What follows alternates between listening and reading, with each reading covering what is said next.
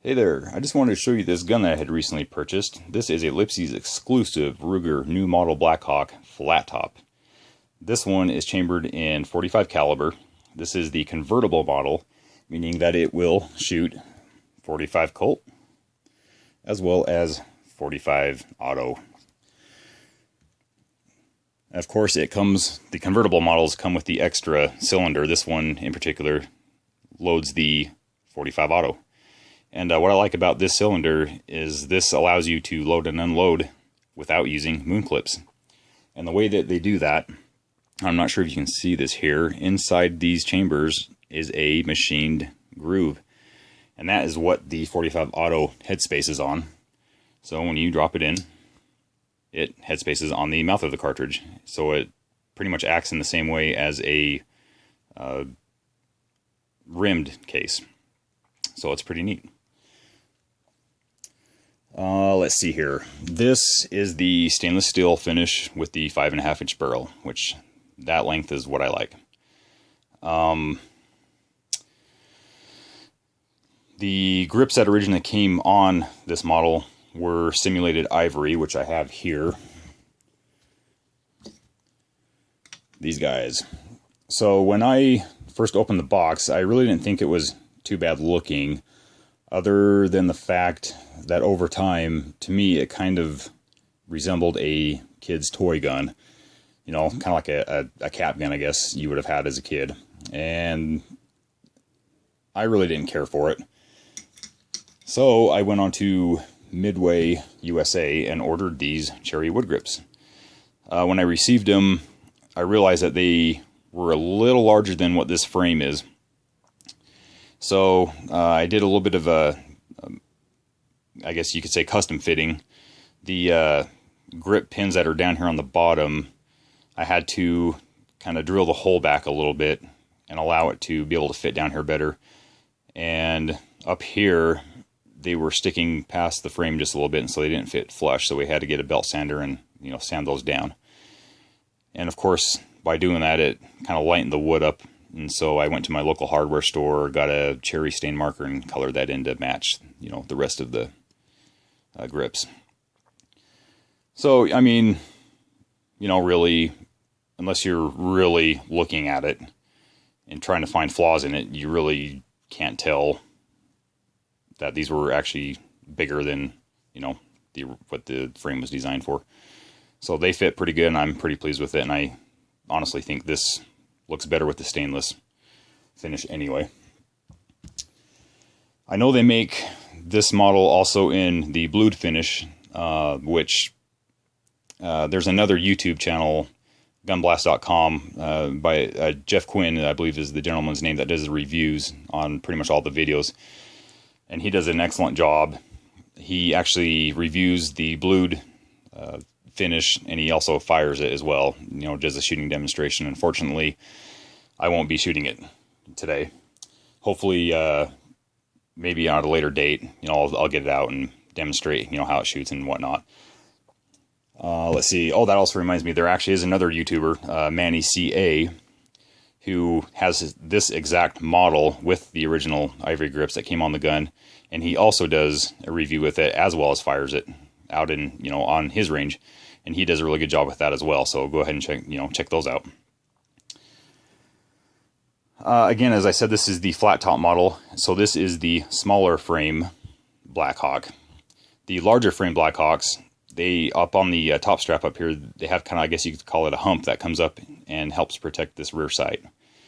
And of course, with that being said, it is recommended that you do not put Ruger loads through these smaller frames. This, of course, includes the Ruger New Vaquero frames.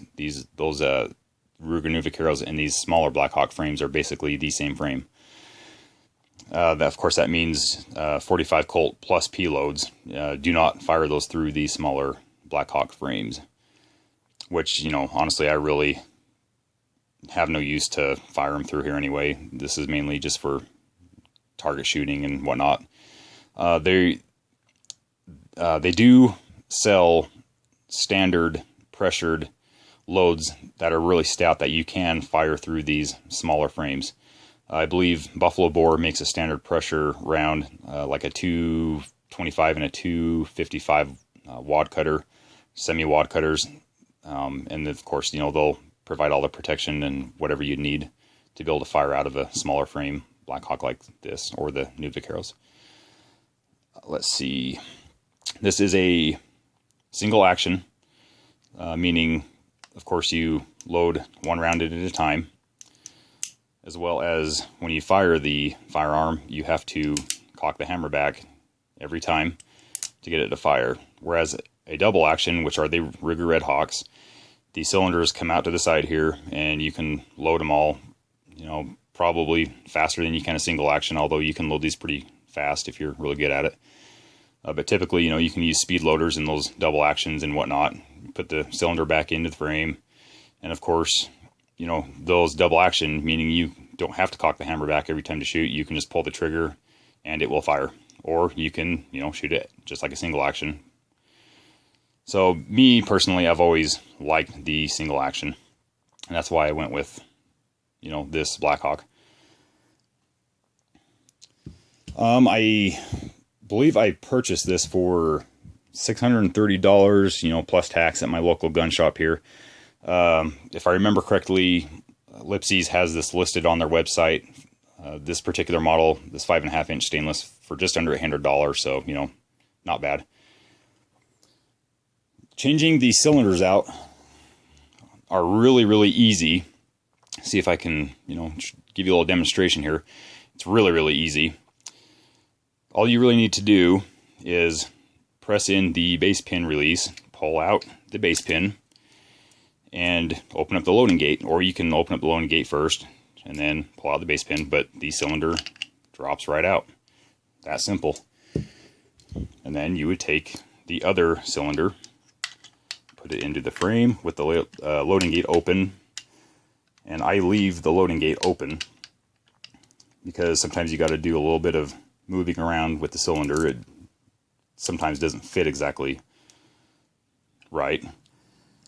And then it should drop right in once you have it where you need it, like so. You'll hear it click in. I just give it a little bit of a tug, make sure it's in there. Go ahead and spin the cylinder, close the loading gate, and then lock the cylinder into place. So it's just that simple. Sometimes it takes me a little bit longer to get it to go in there than other times, but usually, typically within seconds, you can have this changed out. So that's, you know, really cool. And that's actually really what sold me on getting this particular model, was having an extra cylinder to shoot 45 auto. Which brings me to my gripe about 45 Colt. For whatever reason, beyond reasoning, I cannot understand why 45 Colt, especially cowboy action, weaker loads, are so flippin' expensive. For instance, Winchester, where I live, sells a box of cowboy action loads, 50 rounds, for a little over $40 a box, which I find completely ridiculous. You know, most 44 Magnum rounds are that price. I have bought a couple boxes of these HPRs. These are not cowboy action loads. These are, I guess you can consider them standard pressure, just basic 45 Colt cartridges. And these are total metal jackets, which I like firing through here. Actually, this is one of them. This is a HPR total metal jacket round. These shoot pretty well out of the gun. I'm pleased with them. And believe it or not, this box here is actually a few dollars cheaper than most of those cowboy weaker shooting action rounds. And I don't understand it, honestly. So, of course, with that being said, I'm pretty sure I will be shooting... Oh, this isn't the 45 Colt round, or a cylinder. So I'm pretty sure I will be shooting the majority with this 45 ACP, which, of course, you can find a lot more of it. It's cheaper to find. For instance, this is tool ammo 45 auto that I bought at Walmart for $15. You know, I know tool ammo, I've heard it gets a bad rap. It's junk ammo and whatnot. I've actually shot 2 boxes of this stuff and have had no problem with it. So, you know, for paper punching, plinking, you know, whatever, $15 or $40 for Colt, you know, again, it's a no-brainer. I'm going to be shooting a lot of 45 ACP through this. But other than that, other than, of course, the price of 45 Colt, you know, this is a great gun. I've only taken it to an indoor range a couple times.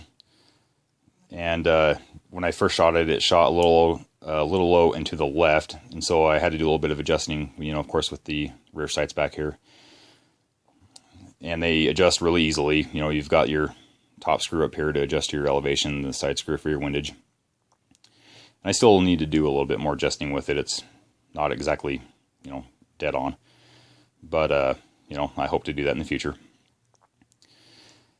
So I know with these flat tops, 357 Magnum seems to be a pretty popular caliber.